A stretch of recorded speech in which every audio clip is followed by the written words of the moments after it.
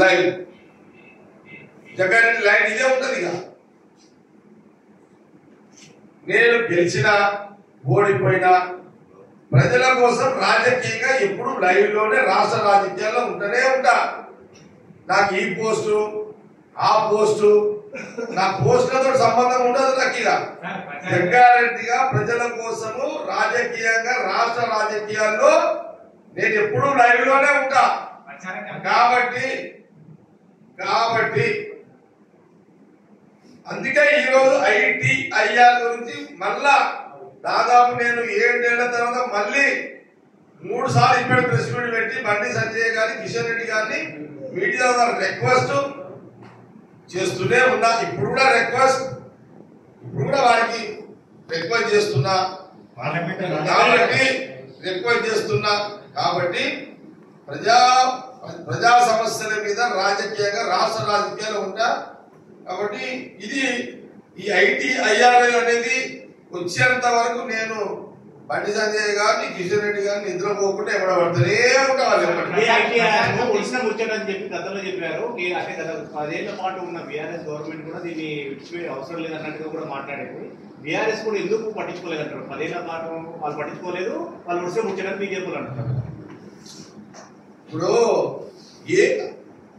ఆ రోజు BRS ITIR అవసరం లేదని అన్నదా? ఇవ్వట్లేదు.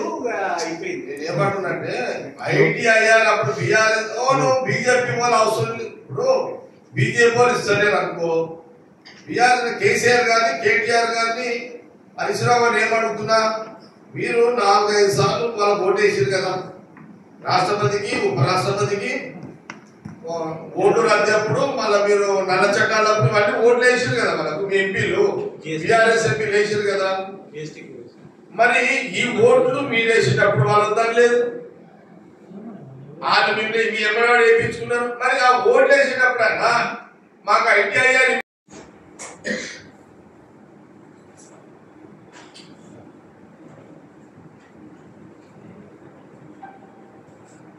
మీకు సమయం కూడా ఇంకా 4 సంవత్సరాలే. పొద్దున్న దాకా కాంగ్రెస్ గవర్నమెంట్ మీద ఏ రకమైన విమర్శ చేయాలనే ప్రయత్నాలే తప్పితే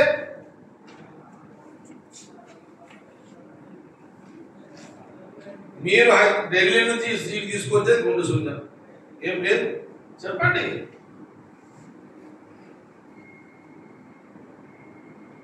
ప్రపంచ స్థాయి IT రంగంలో హైదరాబాద్ తెలంగాణని ఎన్ని రకాలుగా అభివృద్ధి తీసుకెళ్ళి ఆ టైంలో తీసుకెళ్ళడం జరుగుతున్నది.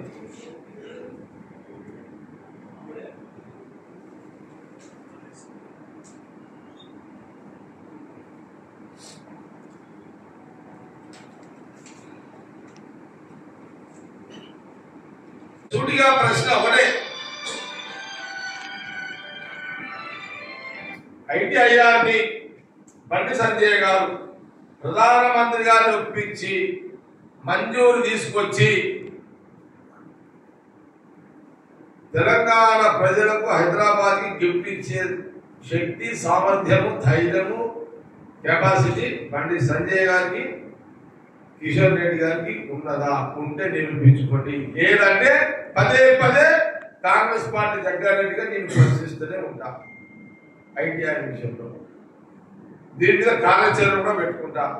దీని మీద ఒక కార్యక్రమాలు కూడా పెట్టుకోవడం జరుగుతుంది. ప్రజాస్వామ్య పద్ధతిలోనే మిమ్మల్ని ప్రశ్నిస్తూనే ఉంటాము. కిషన్ రెడ్డి గారిని, బండి సంజయ్ గారిని నిలదీస్తూనే ఉంటాము. మిమ్మల్ని ITIR వచ్చేంత వరకు బీజేపీ ప్రభుత్వాన్ని ఎండగడుతూనే ఉంటాము.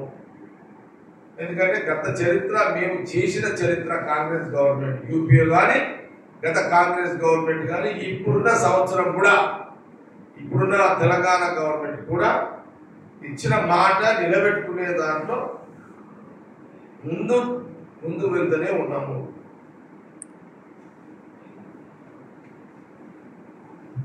కాబట్టి ఇది మీడియా ద్వారా బీజేపీ ప్రభుత్వాన్ని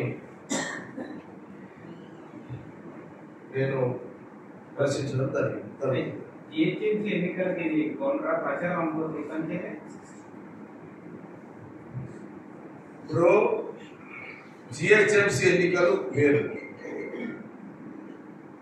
జిహెచ్ఎంసీ ఎన్నికలు అంటే ఏంటి? రోడ్లు, మోరీలు, వాటర్ సప్లై, ఇది జిహెచ్ఎంసీ ఎన్నికలు ఉంటాయి. కానీ ఐటీఐఆర్ అనేది జీవనోపాధికి సంబంధించిన అంశం, ఎంప్లాయ్మెంట్ కి సంబంధించిన అంశం.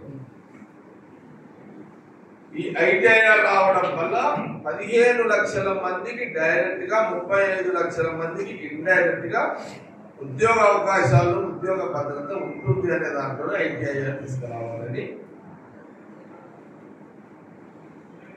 మీడియా ద్వారా బీజేపీ ప్రభుత్వాన్ని అడుగుతున్నాము, జ్ఞాపకం చేపిస్తున్నాము. లేట్ చేస్తున్నారు కాబట్టి ప్రశ్నిస్తున్నాము. మీడియా మాజీ మంత్రి 25 మంది ఎమ్మెల్యేలు సమావేశం పెట్టిన కాంగ్రెస్ గవర్నమెంట్ కూలిపోతుందని కామెంట్ చేసింది. ఇప్పుడు అదే అంటున్నా, ఎవరది? దయాకర్ రావు. ఇప్పుడు దయాకర్ రావు మా ఎమ్మెల్యేల గురించి మాట్లాడతాను. నేను ఒకటే అడుగుతున్నాను,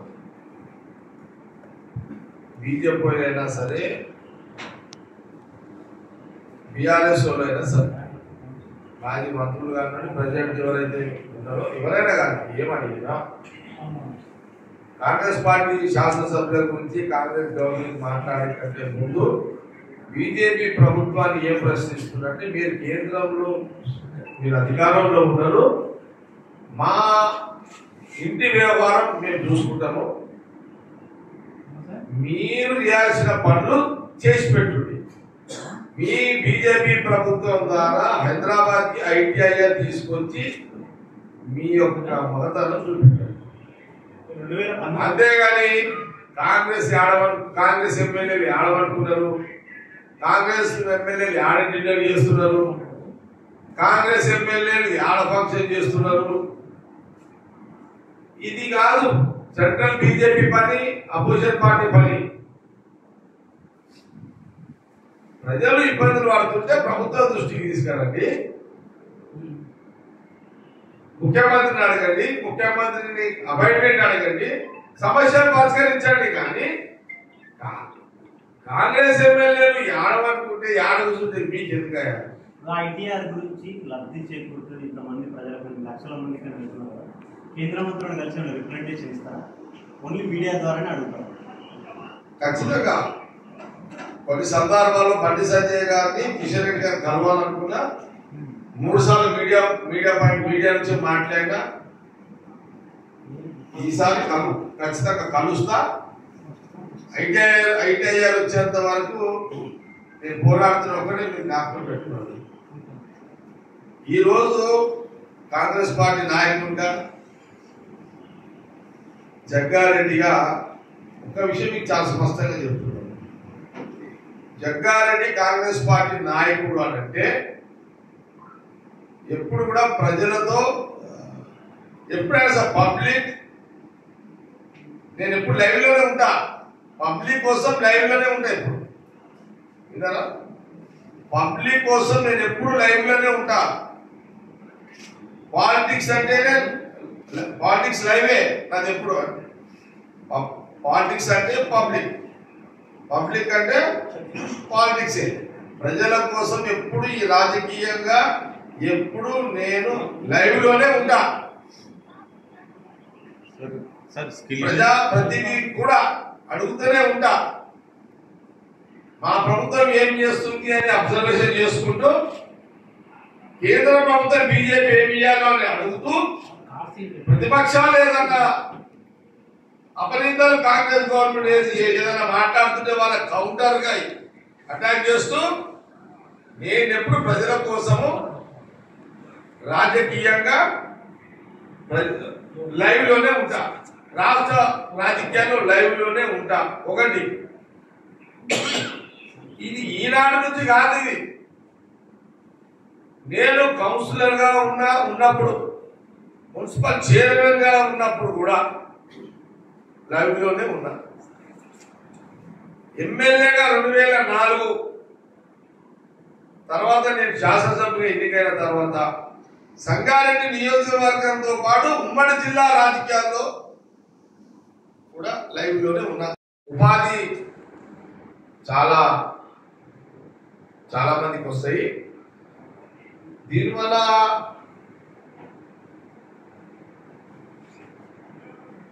వాళ్ళందరూ కూడా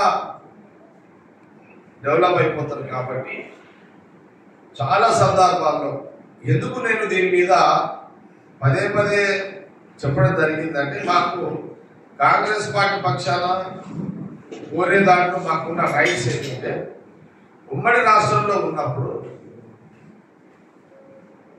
ఆ రోజు ఎట్లయితే ఐఐటి ఆ రోజు సోనియా గాంధీ గారు యూపీఏ గవర్నమెంట్ లో మన్మోహన్ సింగ్ గారు, రాజశేఖర రెడ్డి గారు ఆ రోజు ముఖ్యమంత్రిగా ఐఐటి కంది హైదరాబాద్ సంగారెడ్డిలో ఏ రకంగా అయితే తీసుకురావడం జరిగిందో ఐఐటిని, అదే రకంగా ఐటీఐఆర్ కూడా హైదరాబాద్ మంజూరు చేయాలని విభజన కంటే ముందు యూపీఏ గవర్నమెంట్ లో జరిగిన చర్చలు ప్రయత్నాలు చివరి దశలో అది రాలేకపోయింది. బీజేపీ ప్రభుత్వం కిషన్ రెడ్డి గారిని, బండి సంజయ్ గారిని నేను అడగడం ఏంటంటే, బీజేపీ ప్రభుత్వం వచ్చి దాదాపు 11 సంవత్సరాలు అవుతుంది. ఈరోజు పార్లమెంటు చివరి రోజు. కానీ బండి సంజయ్ గారు, కిషన్ రెడ్డి గారు సెంట్రల్ మినిస్టర్లు హైదరాబాద్ తెలంగాణకు ఐటీఐఆర్ని తీసుకురావాలని మీరు ప్రధానమంత్రి గారితో మాట్లాడిన సందర్భము లేదు. పార్లమెంట్ లో చర్చ తీసుకొచ్చే ప్రయత్నాలు చేయలేదు. మీ ప్రభుత్వంలో తెలంగాణ రిప్రజెంటేటివ్ గా మీరు సెంట్రల్ మినిస్టర్ ఉన్నా, దాదాపు 8 మంది ఎంపీలు ఉన్నారు. 8 మంది బీజేపీ ఎంపీలు ఉన్నారు. అందులో నుంచి 2 సెంట్రల్ మినిస్టర్లు. మీరు తెలంగాణ ప్రజల యువత కోసము ఆ రోజు యూపీఏ గవర్నమెంట్, కాంగ్రెస్ గవర్నమెంట్ లో హైదరాబాద్ ఇవ్వాలనే ప్రతిపాదనలను మీరు మంజూరు చేసుకొని తీసుకొచ్చే ప్రయత్నం 11 ఏళ్లలో ఆ 10 ఏళ్ళు పోయినాయి. ఈ ఒక్క 10 ఏళ్ళు కూడా ఇంకా గడిచిపోవచ్చు. దీని మీద సూటిగా మీకు అడుగుతున్నాం, మీకు ఇంకా 4 సంవత్సరాల సమయం ఉంది. ఈ 4 సంవత్సరాల లోపు ఐటీఐఆర్ని మీరు హైదరాబాద్ కేంద్రంగా తీసుకురావాలని కాంగ్రెస్ పార్టీ పక్షాన మేము డిమాండ్ చేస్తున్నాం. మమ్మల్ని మీరు ప్రశ్నించే హక్కు మీకు లేదు. మమ్మల్ని విమర్శించే కాంగ్రెస్ గవర్నమెంట్ ని విమర్శించే హక్కు మీకు లేదు.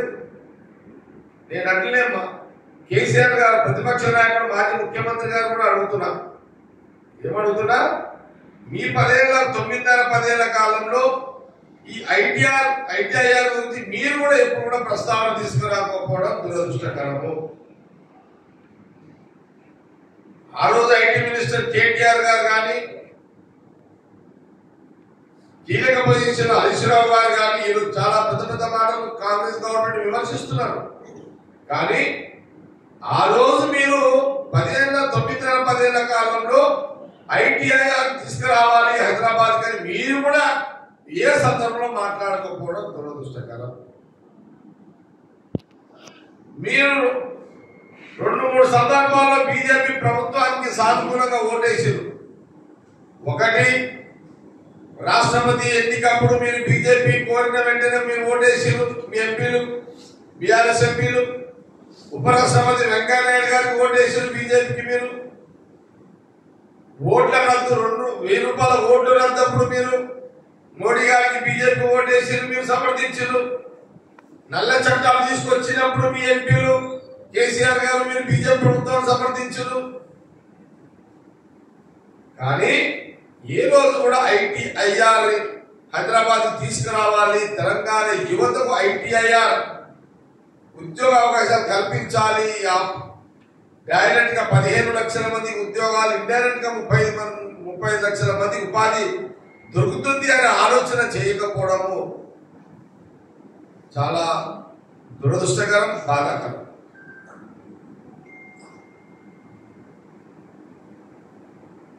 ఎంతసేపు ఇప్పుడు 10 ఏళ్ల తర్వాత ప్రజలు కాంగ్రెస్ గవర్నమెంట్ కి అవకాశం ఇచ్చారు. సోనియా గాంధీ రాహుల్ గాంధీ గారి నాయకత్వంలో, ఖార్గే గారు ప్రియాంక గాంధీ గారి నాయకత్వంలో తెలంగాణ ప్రజలు అవకాశం ఇచ్చిండ్రు. సంవత్సరం అయిపోయింది, మిగతా 2 నెలలు, 2వ నెల, 3వ నెల నడుస్తుంది. మరి ఈరోజు రేవంత్ రెడ్డి ముఖ్యమంత్రిగా, క్యాబినెట్ మినిస్టర్, ఈరోజు మా IT industry minister Sridhar Babu గారు కానివ్వండి, సీఎం గారు కానివ్వండి, ఎంటైర్ క్యాబినెట్ మినిస్టర్లు అందరూ కూడా ఇండస్ట్రియల్ డెవలప్మెంట్ కి సంబంధించి ఎంప్లాయ్మెంట్ పెరుగుతుందనే దాని మీద కూడా ఈ 1 ఇయర్ లో ఎంతో ముందుకు అభివృద్ధిలో ముందుకు తీసుకే ప్రయత్నంలో చూడడం జరుగుతుంది. కానీ మేమే అడిగేది ఒకటే, బండి సంజయ్ గారిని, కిషన్ రెడ్డి గారిని అడిగేది ఒకటే, ITIR ని హైదరాబాద్ తెలంగాణకు శాంక్షన్ మోడీ గారు మెప్పించి తెలంగాణ హైదరాబాద్ తీసుకొచ్చే దమ్ము బండి సంజయ్ గారికి, కిషన్ రెడ్డి గారికి ఉందా? ఆ దమ్ము, ఆ ధైర్యం, ఆ గట్స్ మీకు ఉన్నాయా? మీరు హైదరాబాద్ లో కూర్చొని కాంగ్రెస్ గవర్నమెంట్ ను, కాంగ్రెస్ పార్టీని లేదా ముఖ్యమంత్రి రేవంత్ రెడ్డి క్యాబినెట్ ని తిట్టుకుంటూ కూర్చున్నాడు కాదు. టైంపాస్ కూర్చోట్లొద్దు, మీరు ఇక్కడ కూర్చొని టైంపాస్ చేయకండి. మీరు కాంగ్రెస్ గవర్నమెంట్ మా పనేదో మేము మా లేదో మా ఆరోపణలు చేస్తున్నారు. మీరు తెలంగాణ ప్రజలకు, మీరు 8 మంది ఎంపీలు తెలంగాణ నుంచి ఉన్నారు, బీజేపీకి గెలిపించారు. మీరెందుకు ఇక్కడికి ITIR తీసుకొచ్చి తెలంగాణకు గిఫ్ట్ ఇవ్వదలుచుకున్నారు? ఎందుకు ఇవ్వరు అని ప్రశ్నిస్తున్నారు. తెలంగాణ సమాజ పక్షాన నేను ప్రశ్నిస్తున్నాను బీజేపీ ప్రభుత్వాన్ని. రాహుల్ గాంధీ గురించి మాట్లాడతారు ఆయన. రాహుల్ గాంధీ గారు భారత్ జోడో యాత్ర కన్యాకుమారి నుంచి కాశ్మీర్ దాకా దాదాపు 4000 కిలోమీటర్లు తిరిగారు. 4000 తిరిగి కేసీఆర్ 10 కిలోమీటర్లు తిరిగిమాను. ఓ 10 కిలోమీటర్లు తిరిగిమా. రాహుల్ గాంధీ మీకేం సంబంధం? రాహుల్ గాంధీ గారి రాజకీయం అక్కడెక్కడో ఉంటుంది. ఆయన దేశ జాతీయ నాయకుడు, మహానుభావుడు, పెద్ద నాయకుడు. ఆయన పర్సనాలిటీ పెద్దది, మీ పర్సనాలిటీ చిన్నది. రాజకీయంగా మీరు మాట్లాడండి, కానీ వరంగల్కి రాహుల్ గాంధీ రానికి భయపడతాడు.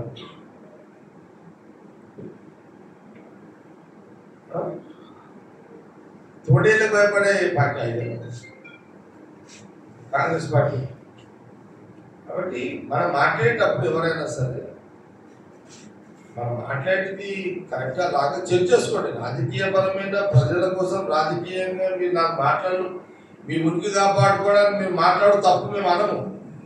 కానీ రాహుల్ గాంధీ గారి గురించి మాట్లాడేటప్పుడు దాచి చూసి ఏది మాట్లాడాలి, ఏది మాట్లాడద్దు మాట్లాడండి.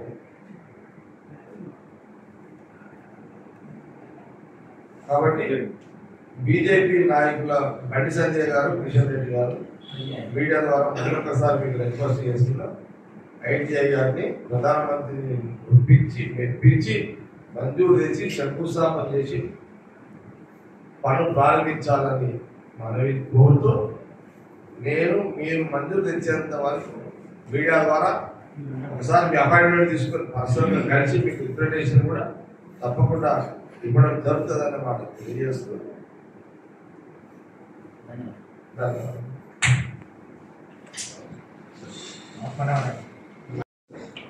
నేను అడుగుతున్నా కదా,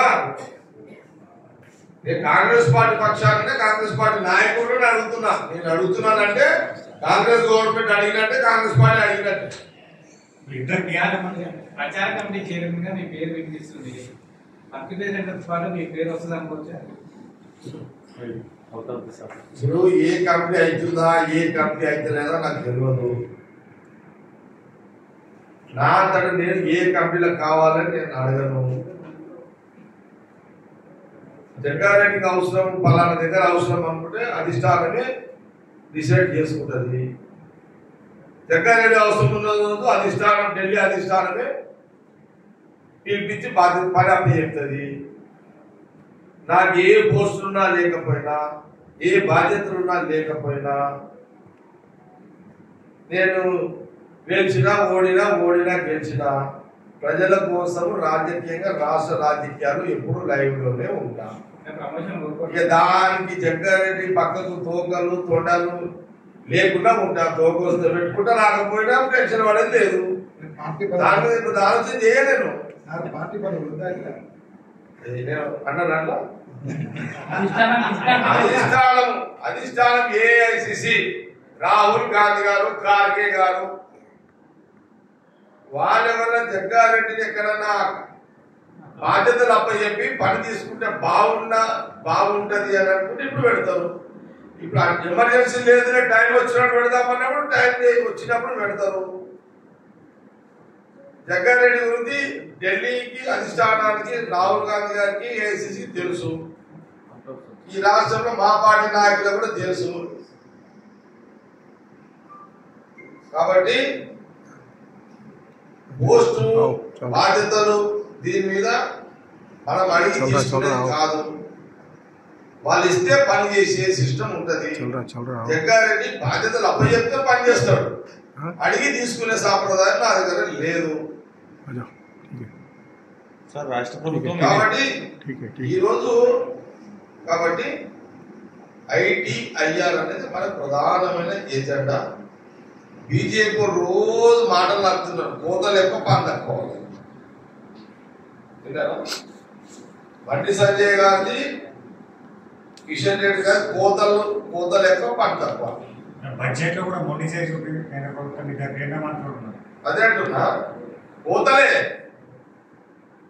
కోతలు కూర్చుంటూ తప్పితే వాళ్ళు ఆడికి తెచ్చింది లేదు, ఆ రూపాయి తెలంగాణ ప్రజలకు ఇచ్చింది లేదు. సర్కార్ వస్తే ఎక్కువ ఇస్తామంటారు ఉన్నదానికి. ఇప్పుడు అది తర్వాత నువ్వు ఇక నేను ఏమంటున్నాంటే, నువ్వు అడిగిన ప్రశ్న కరెక్టే. వాళ్ళు అంటున్నారు ఇద్దరు అని, ఇద్దరు కోతలు కూర్చుంటే పనికి వస్తారు అంటున్నారు. కోతల రాయిలే ఇద్దరు. విన్నారా?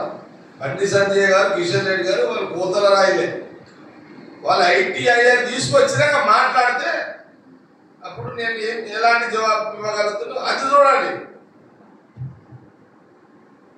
కానీ మా ఊళ్ళు ఎమ్మెల్యేలు ఆడమన్నారు, ఆడలేసారు, ఆడగొక్కిరు, వీడగీస్తారు. మీకు ఎందుక ఇదంతా?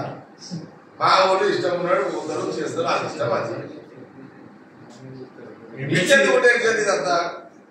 కానీ ఎమ్మెల్సీ కవిత సీఎం కేసీఆర్ రేవంత్ రెడ్డికి, కాంగ్రెస్ ప్రభుత్వానికి సవాల్ ఇట్లా రాసుకుంటున్నా కాంగ్రెస్ ప్రభుత్వం తప్పు నాకు రిటర్న్ ఇస్తామని ఏం చెప్తున్నారు? ఇట్లా చేసి మీరు కవిత ఏమన్నది? కవిత రేవంత్ రెడ్డికి ఓపెన్ చేసినాం, అన్ని తప్పులను రాస్తున్నాం. కాంగ్రెస్ ప్రభుత్వము కార్యకర్తల పైన అక్రమ కేసులు బనాయిస్తుంది, రిటర్న్ గిఫ్ట్ ఇస్తాం, త్వరలో అధికారంలోకి వస్తామని. ఇంకా 4 ఏళ్ళు ఉంది కదా, మీరు ఎన్నికలకు 4 సంవత్సరాలు ఉంది. ఏ తప్పు ఇంకో ముఖ్యం? నా 4 years ఉంది, 4 ఏళ్ళు ఉంది. ఈ 4 ఏళ్ళలో మీరు ఇట్లా మాట్లాడి మళ్ళీ రేవంత్ రెడ్డి కోపం వస్తుంది, మళ్ళీ మీద పడుతుంది, మళ్ళీ ఎందుకు అంతెందుకు అవసరం అనుకున్నాను. నేనైతే అంటున్నాను, నా పర్సనల్గా అంటున్నా. సీఎంది ఏం ఆలోచన ఉందో, కవితది ఏం ఆలోచన ఉందో, కేసీఆర్ది ఏం ఆలోచన ఉందో మనకు తెలియదు. కానీ స్ట్రాటజీ మనకేం తెలుస్తుంది? గవర్నమెంట్ పాలసీ, అపోజిషన్ పాలసీ అలాంటి ఏం తెలుస్తుంది మనకు? కానీ కవితకి ఏం అవసరం? ఇప్పుడు ఎందుకు కాంగ్రెస్ గవర్నమెంట్ సీఎం ఏం రాస్తావు? నువ్వు ఆయన ఎందుకంటే రెచ్చగొడుతున్నావు. మళ్ళీ అట్లా చేసి ఆడ మోడీ గీకిరు, ఆడపోతే ఆడవాళ్ళు లోపలేసేది. మళ్ళీ ఈయన గీకుడు గోకుడు మీకు అవసరం అవుతుందా? ఇదంతా మళ్ళీ ఎవరైనా పోలీసులు పంపిస్తే మళ్ళీ మీరే మొత్తుకుంటారు. అనుడేందుకు మనం? ఎందుకంటే నేను ఏమంటున్నంటే, నువ్వు రాసుడు మళ్ళీ ఆయన రాసుడు, మళ్ళీ నువ్వు రాసుడు మళ్ళీ ఆయన రాసుడు, ఇది రాసుకొని ఎందుకు ఇదంతా మీకు గవర్నమెంట్ ఇచ్చింది సీఎం ఆయన పని ఆయన చేసుకుంటాడు. అపోజిషన్ గా ఏమన్నా లోటుపాటు ఉంటే నువ్వు మాట్లాడు. పుస్తకాలు ఓపెన్ చేసిన పుస్తకాలలో రాస్తున్నా మళ్ళీ మాకు ఫ్యూచర్ వస్తుంది అనుకున్నారు కదా సార్. రాహుల్ గాంధీ వరంగల్ రాకుండా పారిపోయాడు ప్రజలు. నేను ఏమంటున్నానంటే అనవసరంగా రెచ్చగొట్టి సీఎం రేవంత్ రెడ్డి రెచ్చగొట్టి ఇప్పుడు మీరు మాట్లాడతారు. ఇప్పుడు ఆయన కూడా సీఎం రేవంత్ రెడ్డి పోకపోతే ఆయన ఏమన్నా ఇదైనా అనుకో మళ్ళా మీరే అంటారు. మళ్ళా పోలీసులు పంపించాడు మీరే అంటారు. అది మీరే అంటారు ఇది మీరు ఎందుకు ఇవన్నీ కడతా ప్రశాంతంగా నీ పనులు చేసుకోరాదు. పాపం మొన్ననే ఆడపిల్లవు 4 ఏళ్ళు ఇబ్బంది పడ్డావు, 4 months ఇబ్బంది పడ్డావు కదా. నాకు కూడా బాధ అనిపించింది. అరే పాప అనవసరంగా ఇచ్చింది ఈ కొడుకులు విజయపోలని ఎందుకు అంతా సీఎం పని సీఎం చేసుకుంటున్నా. అసలుకే పైసలు లేవు కూడా. మీ నాయన మొత్తం దుకాణం అంతా ఖాళీ చేసిపోయిందా? మీ నాయన దుకాణం ఖాళీ చేసిపోయాడమ్మా ఇక్కడ అంతా కవిత. అది ఏమి డ్రెస్సులు లేకున్నాయి, బొక్కలు కూడా లేవాడా. సీఎం రేవంత్ రెడ్డికి ఆ బండి విక్రమార్కకు వాళ్ళంతా నెత్తి వాళ్ళ కొట్టుకుంటున్నారు. మీరే అన్నీ తప్పులు చేసి అనవసరంగా మళ్ళా కాంగ్రెస్ గవర్నమెంట్ రాస్తున్నాము. రెడ్ బుక్ పెట్టినాము, ఆ బుక్ పెట్టినాము. ఏ బుక్ పెడితే ఏంది? ఆ పింక్ పెట్టినావు, ఏది పెట్టినావు? మళ్ళా నువ్వు ఇక నా ఎలక్షన్ చాలా టైం ఉంది కదా. వరంగల్ టూరు భయపడి రాహుల్ గాంధీ రద్దు చేసుకున్నాడు, ప్రజలందరూ నిలదీస్తారు అని బీఆర్ఎస్